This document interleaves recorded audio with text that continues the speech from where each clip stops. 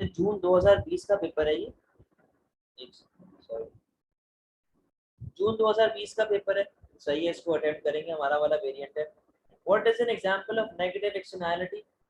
Lower profit due to increase competition. बेटा lower profit वो होती है प्राइवेट कॉस्ट हो गई एक तरीके से आपकी, ठीक है।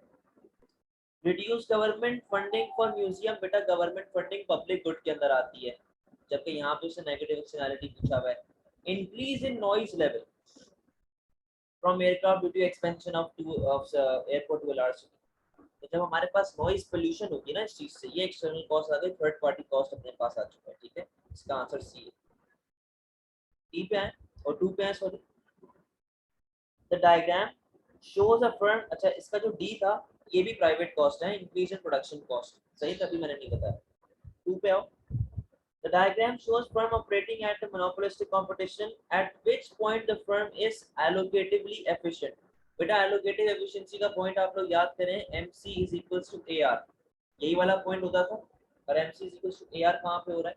इधर अपने पास हो, ठीक है, पॉइंट सी पे। डी पे आओ। The amount of training undertaken in a mixed economy is not socially optimum. What could explain this? Sales unit maximisation वाला पॉइंट जो होता है ना, वो ये वाला होता है। यहाँ पे आप देखो, बिल्कुल ये मोनोपोली के अंदर, तो इसके अंदर मोनोपोलिस्टिक में तो बन नहीं सकता। जो आप सेल्स यूनिट वाली ना, वो इम्परफेक्ट में बनता है मोनोपोली के अंदर। ये देखो, ये AR आ गया, ये MR आ गया, ये MC आ गई, ये ATC आ गई, ऐसा ही है। वो ये वाला पॉइंट होता है, ATC is equal to average revenue. क्योंकि अगर मैं इसके भी आगे गया ना, कॉस्ट ये आ गई, रेवेन्यू ये आ गया, मैं लॉस में चले जाऊँ। तो ये मेरा मैक्सिमम पॉइंट है, मैं जहाँ तक जा सकता हूँ। और इस पॉइंट पे मेरे पास कौन सा प्रॉफिट हो रहा होता है? नॉर्मल प्रॉफिट, ठीक है। अच्छा 3 पे थे हम लोग। The amount of training, the amount of training, कोई इशू नहीं, मतलब the amount of training undertaken in a mixed economy is not socially optimal. What could explain this? Experienced educators are a scarce resource. देखो socially optimum का मतलब क्या है कि वो अंडर एलोकेट हो रहा होगा या ओवर एलोकेट हो रहा होगा। अगर तो स्कार्स रिसोर्सेज हैं तो हमारे पास जितने भी लोग हैं उसको यूटिलाइज कर रहे होंगे, उसको यूज कर रहे होंगे, ओवर या अंडर एलोकेट नहीं हो रही होगी वो चीज। In a mix economy training is a public good. बेटा पब्लिक गुड के अंदर हमारे पास वो वाला केस नहीं होता, लाजमी नहीं कि ट्रेनिंग जो है पब्लिक गुड हो, प्राइवेट वाले भी इंडिविजुअल्स ट्रेनिंग दे रहे होते हैं।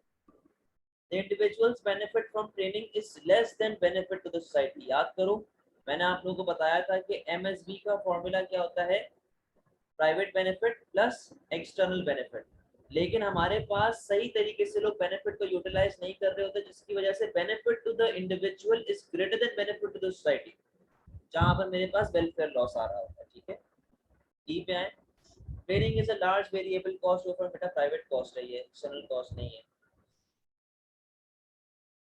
4 फोर बस companies control more than 2/3 of the market in a country. बेटा एक तरीके से मोनोपोली बन गई है, 2/3 of market in a country. Critics claim that these companies fix prices on some routes to maximize revenue whilst lowering prices on other routes to stop smaller competitors entering the market. बेटा price discrimination वाला concept आ गया यहाँ पे। Which anti-competitive practices are these companies accused of? Limit pricing and price leadership में फर्क बताता हूँ एक सेकंड। देखो लिमिट प्राइसिंग का मतलब क्या होता है कि आपने एक जगह पे अपनी प्राइस को कम करके या कम कर दिया, एक जगह पे रोक दिया है, नीचे रख दिया है, सही है। अच्छा, और आपके पास जो आप क्या बोल रहे हो, दूसरी आपने क्या बोली थी?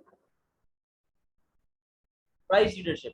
प्राइस लीडरशिप बेटा वो इंडस्ट्री होती है, जिसके वो फर्म होती है जो कि प्राइस सेटर होती है, प्राइस सेट कर रही होती है, ठीक है, प्राइस मेकर होती है। याद करो प्राइस प्राइस लीडरशिप का कॉन्सेप्ट ओलिगोपोली के अंदर हम लोगों ने पढ़ा था। अब देखो 4 बस कंपनीज है, अकेली तो नहीं है ना, यानी कि ये ओलिगोपोली का केस है, पहली बात तो ये ओलिगोपोली का केस है, ठीक है। फिर उन्होंने क्या बोला कि इन लोगों ने प्राइस को फिक्स कर दिया है, चारों ने प्राइस को फिक्स कर दिया है मिला के एक साथ, तो कल्यूजन कर रहे हैं ये लोग, कल्यूसिव ओलिगोपोली हो गई है। आंसर आपका ए या बी में से कोई एक, ठीक है। अब सुनो जरा,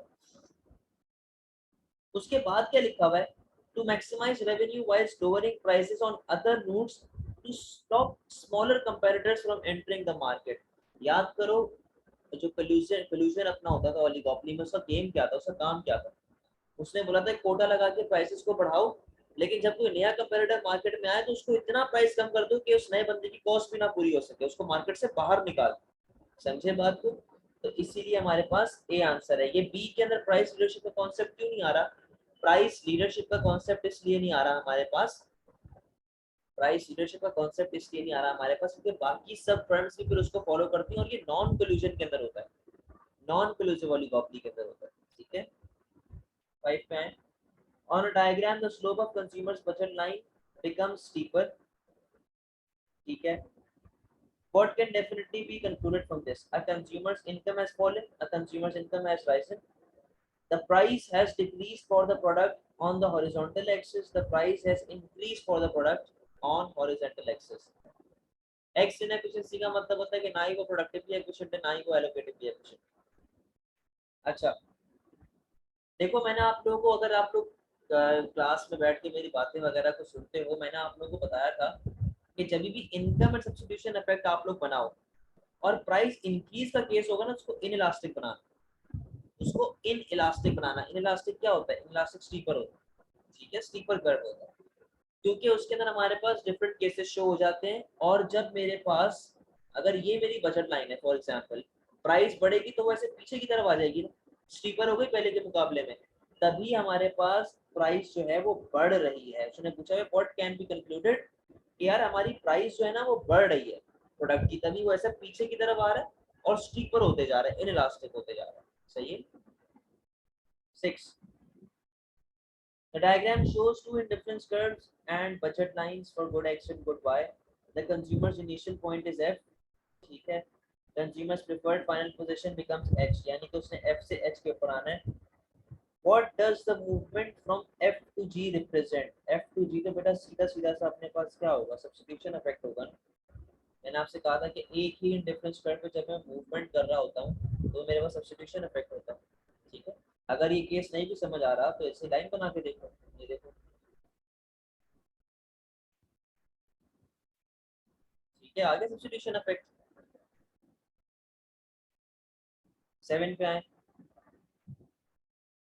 The table shows total cost at different level of output for a firm producing chairs. Output ये आ रहा, total cost हमारे पास ये आ रही है। What is the average variable cost when output is 4 chairs? 4 chairs पे total cost कितनी है हमारी? 94। ऐसा ही है, 94 हमारे पास 4 chairs की total cost आ गई। उसमें से बेटा fixed cost कितनी थी? 50। fixed cost 50 थी, 94 में से 50 माइनस किया, अपने पास कितना रह गया पीछे? 44 रह गया। 44 को आप 4 से डिवाइड कर लो, क्या आंसर आपके पास आ जाएगा? 11। सही है, 7 का आंसर क्या बन गया? सही।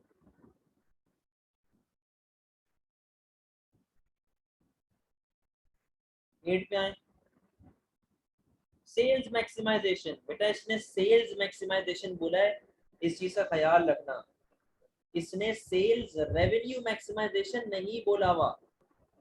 सही है, तो गौर से पढ़ना, आंखें खोल के देखना कि यार ये एमसीक्यू में बोल क्या रहा है। मैंने आपको अभी ईथन को डायग्राम बना के दिखाई थी, मैंने कहा था कि जहाँ पे आपके पास नॉर्मल प्रॉफिट हो रहा होता है वहां पे आपके पास सेल्स मैक्सिमाइजेशन हो रही होती है। वो पॉइंट कौन सा होता है? Average cost is equal to average revenue. ठीक है। In market economies, firms can operate under monopolistic competition, which feature is not typical of this type of market. Monopolistic के अंदर है जी, non price competition through advertising. Monopolistic के अंदर ये चीज होती है, नॉन प्राइस कंपटीशन ज्यादातर चल रहा होता है। Price leadership with few large firms, बेटा ये हमारे पास ओलिगोपोली का है, जबकि उसने हमसे किसका पूछा है? मोनोपोलिस्टिक का। आंसर भी है, और भी देख लेते हैं। प्रमोशन ऑफ डिफरेंशिएटेड प्रोडक्ट्स भाई हो रही होती है, प्रोडक्ट डिफरेंशिएशन होती है। Unrestricted entry result in long run normal profit. याद करो, लॉन्ग रन नॉर्मल प्रॉफिट का केस मैंने आप लोगों को मोनोपोलिस्टिक के अंदर बताया है। ठीक है। 10 पे आए।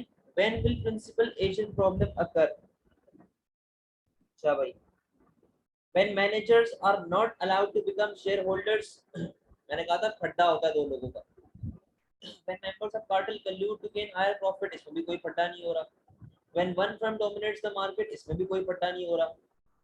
When owners have different objectives to managers, जब इन दोनों के फट्टे हमारे पास हो रहे होते हैं, प्रिंसिपल एजेंट का मतलब होता है बेटा जो बंदे के लिए डिसीजन लिए जा रहे होते हैं वो प्रिंसिपल होता है, जो बंदा डिसीजन ले रहा होता है वो एजेंट होता है। For example share holder business का मालिक है वो प्रिंसिपल हो गया, उसने अपने नीचे डायरेक्टर बिठाए हुए जो तो उसके लिए काम कर रहे हैं, तो डायरेक्टर लोग क्या हो गए प्रिंसिपल के एजेंट हो गए। अब इन दोनों का जो फट्टा होगा उससे क्या बोलते हैं प्रिंसिपल एजेंट प्रॉब्लम। ठीक है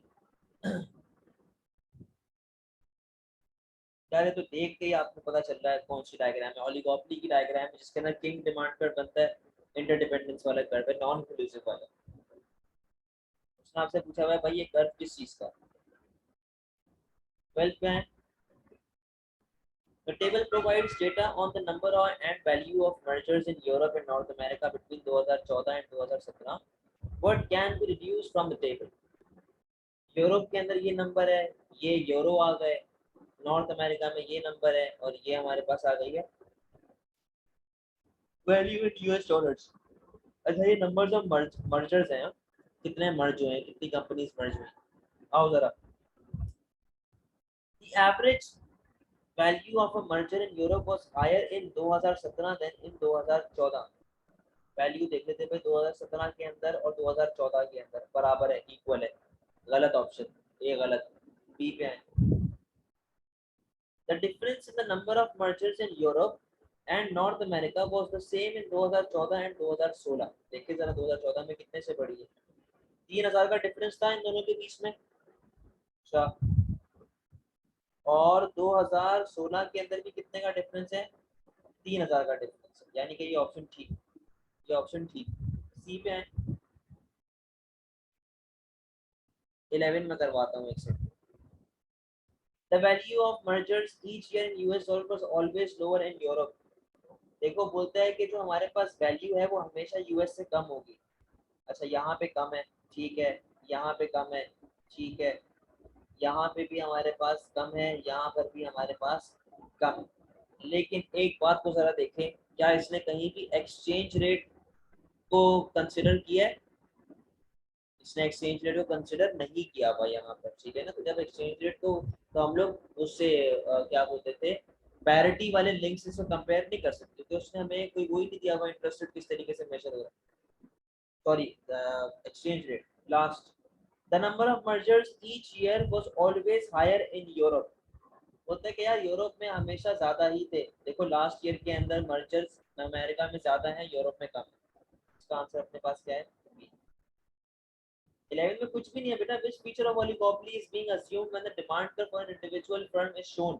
इंडिविजुअल फर्म, ये वाली, सॉरी ये वाली इंडिविजुअल फर्म जो हो रही है, इससे क्या चीज नजर आती है हमें, इससे हमें सीधी सीधी सी इंटरडिपेंडेंस और किंग डिमांड कर्व, स्टिकीनेस, यही चीजें नजर आती है ना। देखो अगर मैं इसको यहाँ पे ऐसा के बना दूं किंग का, ये आ गया एमआर, ये आ गया एमआर, ठीक है, ये आ गया एआर मेरे पास, सीधा सीधा किंग डिमांड कर्व बन गई ना।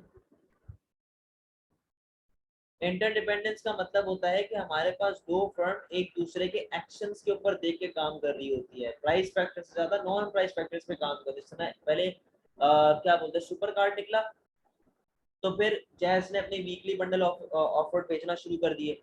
इजी पैसा निकला, उसको देख के जैस कैश निकल आया। सर्विसेज अच्छी करनी, मोबाइल एप्लीकेशन बनानी शुरू कर दी, पैकेजेस अच्छे करने शुरू कर दिए। तो ये होती है एक दूसरे से, हर फर्म जो होती है डिपेंडेंट होती है। 12 हो गया, 13 पे charities distribute plastic bags to households that householders can fill with clothes they no longer want। नहीं नहीं, प्राइस डिस्क्रिमिनेशन देखो इम्परफेक्ट में एग्जिस्ट करती है। प्राइस डिस्क्रिमिनेशन ओलिगोपोली में इतनी क्यों नहीं एग्जिस्ट कर सकती, क्योंकि देखो अगर मैं यूफोन की बात करूं या फिर मैं पीआईए की बात करूं, मैं किस तरीके से प्राइस डिस्क्रिमिनेशन करूंगा।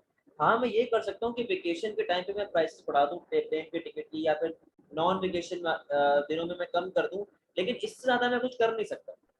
और अगर प्राइस बढ़ेगी भी तो सबके लिए बढ़ेगी, जबकि मोनोपोली क्या करता है इंडिविजुअल बेसिस पे प्राइस बढ़ाता है। अब मैं हूँ, मैं एक टीचर हूँ, ठीक है ना, जो बच्चा मुझसे साल के शुरू में पढ़ने आता है मैं उससे नॉर्मल जो सेंटर वाली फीस है वो चार्ज करता हूँ। अगर कोई बच्चा एग्जाम से 3-4 महीने 5 महीने पहले आता है मैं उससे फीस बढ़ा के चार्ज करता हूँ। मैं एक्सप्लॉइट करना शुरू कर रहा हूँ, मैं क्या बोलते हैं प्राइस डिस्क्रिमिनेशन कर रहा हूँ। एक लड़का मेरे पास अगर एक महीना पहले आ रहा है तो मैं कोशिश करूंगा कि पूरे 10 महीने की फीस निकालूं मैं उससे, समझे? तो मैं उससे और ज्यादा प्राइस, अच्छी खासी प्राइस चार्ज करूंगा। तो ये होती है असल मायनों में प्राइस डिस्क्रिमिनेशन। अच्छा 13 पे दे, सही, आओ 13 पे आओ। भाई मुझे कोई वो चोर मत समझना, ये मेहनत के पैसे ले रहा हूँ। 13 पे आओ।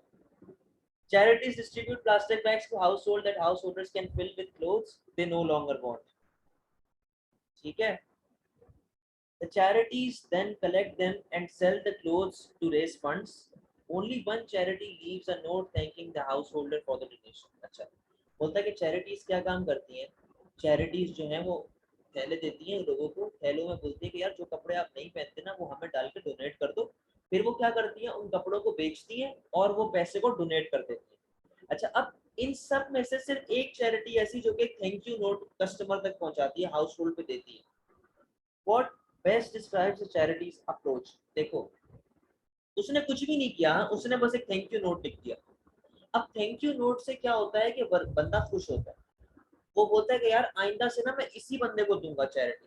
अच्छा, अब जब वो देना शुरू करेगा, वो अपनी बात अपने सर्कल में फैलाएगा, अपने दोस्तों को बताएगा, बोलेगा अरे थैंक यू नोट देती है, कितनी अच्छी बात है। अब सब लोग उसको देना शुरू करेंगे। यानी कि मेरी इस वाली चैरिटी ने, चैरिटी एक्स ने क्या किया, मेरे कस्टमर को धक्का दिया, मेरे हाउस होल्ड को धक्का दिया, उसको पुश किया, उसको पोक किया। उसको जब पोक किया और उससे बोला कि भाईजान आप जितनी भी चैरिटी है किसको दोगे, आप मुझे दोगे, उसकी सेंस ऑफ डायरेक्शन बदलती एक थैंक यू नोट से। समझे बात को? यानी कि आपने तो उसको पुश करना है, कस्टमर को धक्का देना है और कुछ भी नहीं करना। ठीक है, 14 पे आए। What could prevent a market failure? Market failure अपने पास किस तरीके से कम होती है भाई? बैरियर्स टू एंट्री से मार्केट फेलियर कम नहीं होती, रेगुलेशन से होती है। हाँ बिल्कुल होती है। ग्रोथ और फर्म से अक्सर मार्केट फेलियर बढ़ जाती है। और मैंने आपसे कहा था कि आपने इंफॉर्मेटिव एडवर्टाइजमेंट करनी है, जबकि यहाँ पे क्या लिखा हुआ है, यहाँ पे लिखा हुआ है परसुएसिव, तो ये भी गलत हो गया। क्या बचा answer? Building regulations. When will a society have achieved an equitable distribution of income? बेटा परसुएसिव का मतलब होता है अपना ब्रांड बेचना। अब जो आप टीवी पे ऐड देखते हो पेप्सी कोक वगैरह के, ये लोग अपना ब्रांड बेच रहे हैं, समझे? अगर मैं सिटी स्कूल का भी ऐड देखता हूँ, भले एजुकेशन है भले मेरिट है, लेकिन वो भी अपना ब्रांड बेच रहा है, परसुएट कर रहा है कस्टमर को। हालांकि जो हमारा काम होता है वो इंफॉर्मेटिव से हल होता है, बताना। हम लोग ये बताएंगे यार पढ़ाओ, हम लोग ये नहीं बोले कि यार सिटी स्कूल में ही पढ़ाओ वरना कहीं और ना पढ़ाओ। समझे बात को? वो परसुएसिव हो जाएगी। और सिर्फ पढ़ाने में फोकस करना क्या बन जाएगी, इन्फॉर्मेटिव बन जाएगी। हमें इन्फॉर्मेटिव पे लेके जाना है। अच्छा 15 पे, when will a society have achieved an equitable distribution of income? When all individuals have equal job opportunities, when all workers are paid the same wage, when the income within the society are equally distributed, when the society believes the distribution of income is fair. अब सुनो जरा, when all individuals have equal job opportunities, लेकिन उसमें से कितनों को job मिले कितनों को ना मिले वो तो हम लोग कुछ नहीं कह सकते ना। When all workers are paid the same wage, भाई क्यों? एक बंदा पढ़ा लिखा आदमी है और एक बंदा सिक्योरिटी गार्ड के लिए आया, दोनों की वेज क्यों सेम दे हम लोग? ठीक है,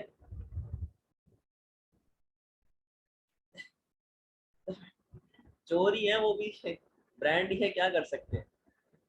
चले, अच्छा मैं ये कह रहा हूँ इक्विटेबल डिस्ट्रीब्यूशन ऑफ इनकम ना, मतलब all individuals have job opportunities, मैंने आपको बता दिया गलत। When all workers are paid the same wage, देखो मैं ये कह रहा हूँ कि एक बंदा पढ़ा लिखा आदमी है और एक सिक्योरिटी गार्ड है, वो क्यों सेम वेजेस लें, अलग अलग वेजेस लेंगे ना, जाहिर सी बात है नॉलेज एक्सपीरियंस के ऊपर। तो बी भी नहीं होगा, सी पे आए। When the incomes within the society are equally distributed, और लास्ट क्या है, when the society believes that the distribution of income is fair. अब बात सुनो, इन दोनों में फर्क क्या है, सी और डी में फर्क क्या है?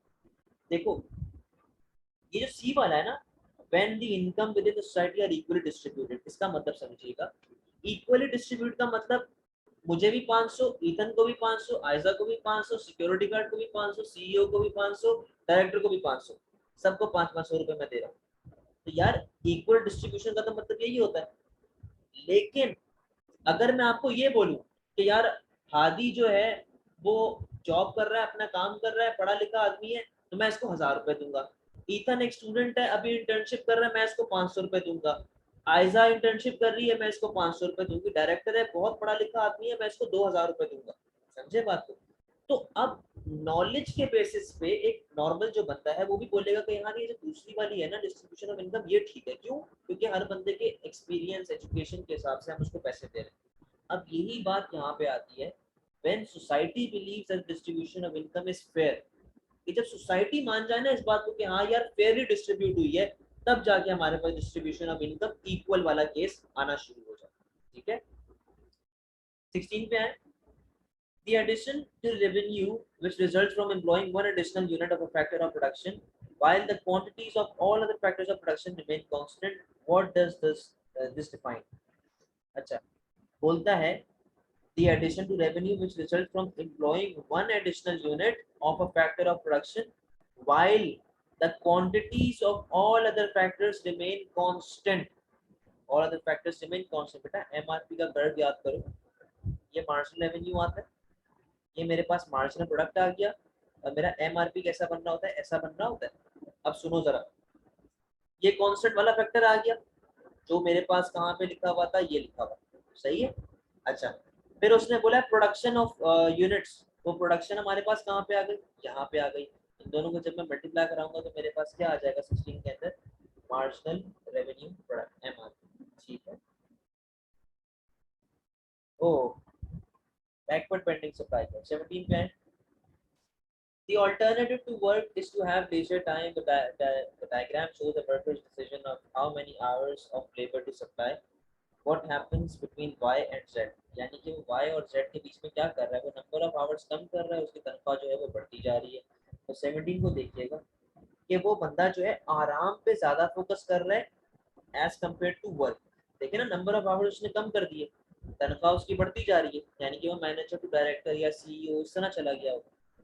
इसका आंसर 8। आगे देखते हैं, extra work is preferred to leisure. बेटा अगर वो इस तरह कर रहा होता ना तो ये और आगे जाता, सही है ना, जबकि वो ऐसा फिर घूम गया आगे जाता। The job now requires more specific skills, उससे नंबर ऑफ आवर्स वापसी बढ़ जाते। The price elasticity of supply for the final product has become more inelastic. ये भी इररिलेवेंट सा पॉइंट है। पीएस का केस अपने पास वेज रेट से लिंक हो रहा होता है, नंबर ऑफ आवर्स हम लोग कितने दे रहे हैं, लेबर की सप्लाई से लिंक हो रहा होता है। ठीक है, नंबर ऑफ आवर्स से लिंक नहीं हो रहा होता। By moving from rural area to large urban areas to work, how might economic migrants create benefit in both areas in developing countries? अच्छा, जब एक बंदा माइग्रेट कर रहा है रूरल से अर्बन की तरफ, तो वो दोनों में किस तरीके से बेनिफिट्स क्रिएट करेगा? By improving land ownership system, by becoming better educated। ठीक है, ये पार्ट ए था, इसका बी में है। By receiving financial help from urban workers by providing necessary labor, ये भी हो सकता है। By reducing population pressure on resources by living in informal settlement। बेटा informal settlement जो है ना, ये केस थोड़ा सा डामाडोल कर रहा है अर्बन एरियाज का, क्योंकि वो एक जब अर्बन एरिया के अंदर आता है, शहर में आके रहता है, तो एक स्पेसिफिक जगह पे रहता है। ठीक है। अच्छा, डी बोलता है बाय सॉल्विंग अनएम्प्लॉयमेंट प्रॉब्लम्स। मैं तो यार गांव से उठ के आ रहा हूँ, तो अनएम्प्लॉयमेंट प्रॉब्लम किस तरीके से मैं सॉर्ट आउट कर रहा हूँ? मैं तो अपनी उस पे जा रहा हूँ ना, शहर की तरफ। सही है। तो सी और डी तो दोनों गलत हो गए, ए और बी के ऊपर आए। ए बोलता है bye improving land ownership system. मैं शहर में बैठा हुआ हूँ, तो मैं गांव के लैंड ओनरशिप सिस्टम किस तरीके से ठीक करूंगा? तो बेकार सा पॉइंट है ना, मैं किस तरीके से उसको सेट करूंगा? ठीक है। हाँ, एजुकेटेड मैं होऊंगा वो अलग बात है, लेकिन ये point irrelevant. By receiving financial help from urban workers, मैं यार अपने शहर वाले दोस्तों को बोलूंगा कि यार जरा ना पैसे देना, मुझे अपने गांव के अंदर एक स्कूल खोलना है या एक हॉस्पिटल खोलना है, तो मैंने फाइनेंशियल हेल्प की उन लोगों से। उसके बाद बाय प्रोवाइडिंग नेसेसरी लेबर, मैं अर्बन एरिया में जब जा रहा हूँ तो मैं काम कर रहा हूँ ना, मजदूरी कर रहा हूँ, दिहाड़ी ले रहा हूँ, तो मैं वर्कर हूँ वहाँ पे। तो by providing necessary labour to urban areas and by receiving financial help from urban areas to invest in rural areas. ठीक है, इस तरीके से वो हेल्प आउट करें। Which change is most likely to increase both economic growth and economic development in the long run? ठीक है, आइएगा जरा। A decrease in saving ratio, an increase in investment in human capital, the depletion of non-renewable resources, the greater use of compulsory overtime working of labor। अब सुनिएगा जरा बेटा, economic growth क्या होती है? इन्वेस्टमेंट, नई मशीनरी, न्यू रिजर्व, जिससे हमारा पीपीसी ऐसा राइट बढ़ जा रहा होता है, ठीक है ना। अच्छा, इकोनॉमिक डेवलपमेंट क्या होती है? इकोनॉमिक डेवलपमेंट होती है कि जिससे आपका स्टैंडर्ड ऑफ लिविंग बढ़े। स्टैंडर्ड ऑफ लिविंग आपका सिर्फ तब बढ़ेगा जब आपके पास पैसा होगा, आप इन्वेस्टमेंट करेंगे मशीन में भी, साथ ही साथ लेबर में भी, ह्यूमन कैपिटल में भी। तो इसका आंसर हमारे पास क्या आ रहा है? 19 का बी आ रहा है, जिसके अंदर उसने ये बात बोली है कि यार आप इन्वेस्टमेंट करें ह्यूमन कैपिटल के अंदर, यानी कि आप। अच्छा, एक बात और बताऊं, प्रोडक्टिविटी बढ़ने से भी आपका बीपीसी बाहर जाता है। अगर आप पहले दिन के 50 यूनिट बनाते थे, आज 100 बना रहे हो, इससे भी आपका बीपीसी बाहर जाता है, पोटेंशियल बढ़ता है। तो ह्यूमन कैपिटल में जब इन्वेस्टमेंट करोगे, वो अच्छा काम करेगा, अच्छा काम करेगा तो और ज्यादा वो स्पेंडिंग करेगा, जॉब्स क्रिएट करेगा, एम्प्लॉयमेंट बेनिफिट्स देगा, पोटेंशियल बेनिफिट्स देगा, ठीक है। तभी इसका आंसर अपने पास बी बनता है। 20 पे आए। The table gives population data from United Nations. अच्छा भाई, रेट ऑफ पॉपुलेशन चेंज है, लाइफ एक्सपेक्टेंसी आ गया, डेथ रेट आ गया, अंडर 5 मोर्टेलिटी रेट, मोर्टेलिटी सही है। As countries move from low income to high income, which indicator shows a value that does not represent the expected trend। बोलता है कि अगर मैं लो इनकम से हाई इनकम पे जा रहा हूँ, यानी कि मैं डेवलपिंग से डेवलप्ड की तरफ जा रहा हूँ, तो ऐसा कौन सा पॉइंट है जो मैंने इस टेबल में गलत लिखा हुआ है? सही है, आओ जरा 20 के ऊपर है। The rate of population change in upper middle income countries. अच्छा भाई, पॉपुलेशन कहाँ गया? Rate of population in upper middle, upper and middle countries ना। अच्छा, लोअर मिडिल कंट्रीज और अपर मिडिल कंट्रीज, ठीक है। अच्छा, इसकी बात कर रहा है, सॉरी, वो सिर्फ इसकी बात कर रहा है। अच्छा भाई, as the rate of population change in upper middle countries, फिर दूसरा बोलते हैं life expectancy in high income countries, life expectancy in high income countries, ठीक है। अब बात सुने, उसने बोला कि गलत, नॉट। अपर मिडिल के अंदर पॉपुलेशन कम है, बिल्कुल 0.8% से आबादी बढ़ रही है हर साल, तो ठीक है, अच्छा पॉइंट है, सही है ये आंसर, गलत नहीं है। इसने नॉट पूछा हुआ, गलत पूछा हुआ है। Life expectancy in high income countries, हाँ भाई, बाबे जिंदा हैं, बाबे 80-80 100 साल तक जी रहे हैं, बहुत अच्छी बात है, तो उसके अंदर पॉपुलेशन अच्छी जा रही है, तो ये भी आंसर नहीं होता। सी पढ़े, the death rate in high income countries, death rate high income countries ये रहा, और डेथ रेट इसका है 8%, जो कि किसके बराबर है? इसके बराबर है, उसूलन उसूलन इस वाले को सबसे कम होना चाहिए, क्योंकि यहाँ पे हेल्थ केयर अच्छा है, सैनिटेशन अच्छी है। और लास्ट है the under 5 mortality in upper middle countries, ये भी कम है, अच्छी बात है, बच्चे जो हैं वो जिंदगी जी रहे हैं। तो भाई कौन सा पॉइंट ऐसा है जो कि कॉन्ट्रडिक्ट कर रहा है हमारी जितनी भी हम लोगों ने चीजें पढ़ी है, वो ये वाला पॉइंट, क्योंकि डेथ रेट इसके बराबर आ रहा है, जबकि डेथ रेट सबसे कम होना चाहिए था, 6 या 5 या ऐसा कुछ होता, ठीक है। 21 diagram show selected US labour statistics from 2001 to 2013। ये वाली जो लाइन है क्या बोलती है? Employed as a percentage of population age 16 and over, 16 साल से ऊपर के बच्चे या 16 साल के बच्चे जॉब कर रहे हैं। Net new jobs monthly average 1000, ठीक है जी, ये जॉब्स हमारे पास इतनी क्रिएट हो रही हैं हर साल, monthly sorry her month. What can be concluded from the diagram between 2004 and 2005, ठीक है, ये वाला point.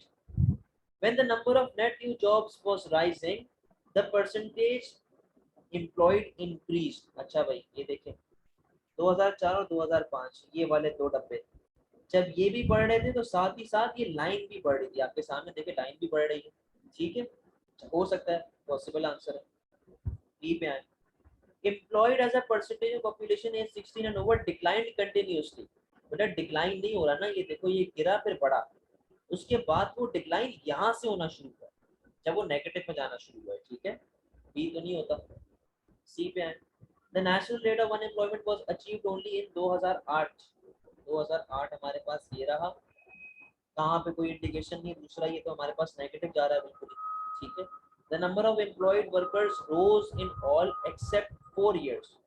Number of employed workers employed, अब देखिए ये बेटा कंटिन्यूअसली बढ़ा है, सिर्फ 4 साल नहीं बढ़ा, ये जब जब पॉजिटिव के अंदर है ना, जब तक पॉजिटिव के हिस्से में तब तक ये बढ़ रहा है, तो कंफ्यूज नहीं होना। इसका आंसर ए बन जाएगा, कि 2000 और 2005 के बीच में, 2004 के बीच में द परसेंटेज एम्प्लॉयड इंक्रीज्ड, साथ ही साथ डब्बे भी ऊपर की तरफ जा रहे हैं, ठीक है, पॉजिटिव की तरफ। What indicates that developing countries becoming less dependent on foreign aid? It gains foreign currency by exporting a range of raw materials and uses this to import machinery from developed economies. हो सकता है. It has to change its economic structure in order to qualify for a bailout loan from the World Bank. वापस से वही वाली बात है, foreign aid के ऊपर dependent आ गया. Its balance of payment goes into deficit when it has to start paying interest on loans taken from foreign banks. वापस से aid पे आ गया. The local firms go out of business after a foreign multinational. वही वापस से aid आ गई. Answer अपने पास. How must GDP at market price, producer prices, be adjusted to find GDP at factor cost? अच्छा भाई, be adjusted to find GDP at factor cost. सही है जी.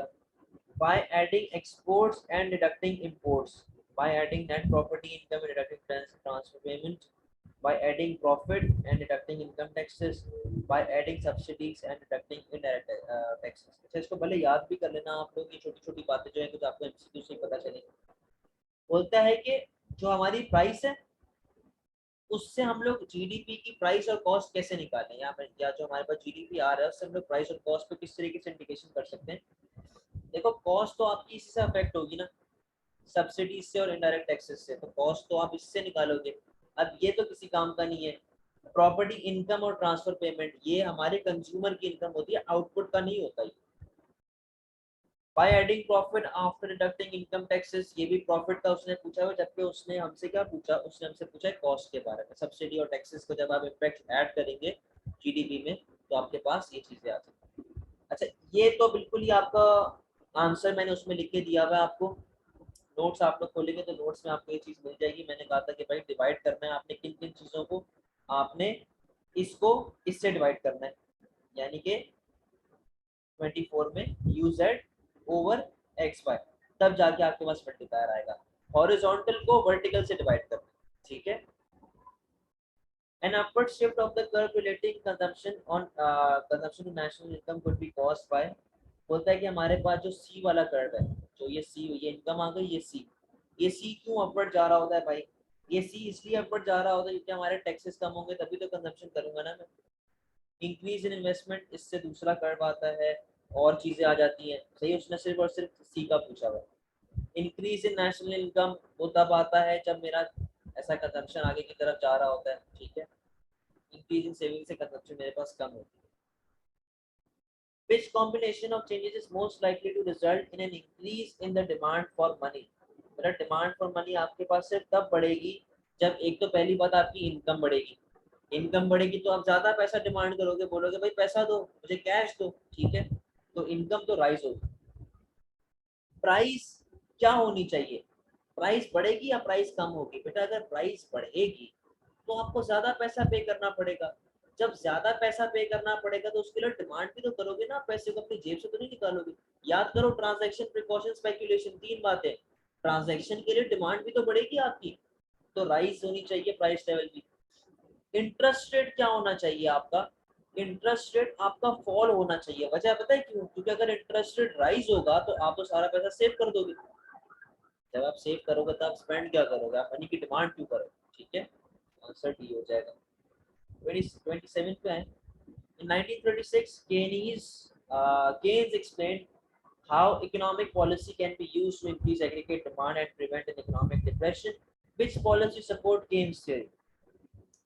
Keynesian ने बोला था कि भाई भले कोई पैसा हो ना हो, रोड पे खड्डे खोदो और उनको भरना शुरू कर दो. क्यों, क्योंकि उनके लिए आपको लेबर चाहिए होगी जिससे एम्प्लॉयमेंट जनरेट होगी. और उसने कहा था कि गवर्नमेंट का होना लाजमी है, गवर्नमेंट का होना बिल्कुल लाजमी है अगर इकोनॉमी को बचाना है तो. आए जरा. सेंट्रल बैंक, ये मॉनेटरीज की बात आ गई. Trading policy should prevent free movement of capital, इसने कभी ये बात बोली नहीं बच्चे. ये दो point. Government should increase expenditure, decrease taxation. Fiscal policy, basic fiscal policy. Answer B है. That government should encourage consumer saving rather than expenditure. गलत बात, उसने ये बात कभी नहीं बोली. 28 पे है. A central bank increases money supply in an attempt to stimulate investment and growth when the economy is in recession. When might this policy be ineffective? बेटा इनअफेक्टिव मॉनेटरी पॉलिसी तब होती है जब क्या हो रहा होता है, लिक्विडिटी ट्रैप, ये यूं हो जाता है सीधा। ठीक है, 29 के ऊपर आए। Which statement describes what Phillips curve shows? बेटा फिलिप्स कर्व को मैंने बहुत डिटेल में आप लोगों को पढ़ाया था और मैं वापस से बता रहा हूँ। इन्फ्लेशन और अनएम्प्लॉयमेंट याद करो, नेहरू और वो सारी चीजें, non accelerating inflation rate of unemployment और ये वो सारी बकवास बातें। बोलते हैं इनवर्स रिलेशनशिप होगा, यहाँ पे अपने पास इन्फ्लेशन की परसेंटेज आती थी, यहाँ पे अपने पास अनएम्प्लॉयमेंट आता था, और याद करो ये ऐसे आ रहा था डाउनवर्ड स्लोप। ठीक है, pretty stimulate economic growth, the government increases the size of its budget deficit and funds this by increasing the money supply. What is most likely to reduce the effectiveness of these measures in achieving their aim? आइएगा जरा, बोलता है कि सबसे ज्यादा कौन चीज ऐसी जो कि रोकेगी इस एम को अचीव करने में? बोलता है कि इसने मनी सप्लाई को बढ़ाया जिससे इंटरेस्ट रेट कम होगा, और इसने अपना बजट डेफिसिट बढ़ा दिया जिससे यानी कि स्पेंडिंग ज्यादा कर रहे हैं और इम्पोर्ट्स टैक्सेस कम दे रहा है। A floating exchange rate, a high marginal propensity to import, a low marginal propensity to save, and interest inelastic demand for money. बेटा अगर मेरे पास इंपोर्ट ज्यादा हो रही है ना, तो सारा पैसा तो मेरा बाहर जा रहा है, यानी कि मैं टैक्सेस कम पे कर रहा हूँ, सारा पैसा बाहर जा रहा है, स्पेंडिंग बाहर की तरफ हो रही है, और इंटरेस्ट रेट का ऐसा कोई लिंक होगा ही नहीं इंपोर्ट्स के अंदर। सबसे ज्यादा ये जो पॉलिसी है ना, ये हमें तंग करेगी इन चीजों को अचीव करने में, अगर मैं इकोनॉमिक ग्रोथ चाहूँ। समझ गए बात को? अच्छा, ये मीटिंग का टाइम ऑलमोस्ट एंड हो गया, कुछ सेकंड ही बचे हैं। अगर आपको कुछ पूछना हो तो मुझे व्हाट्सएप पे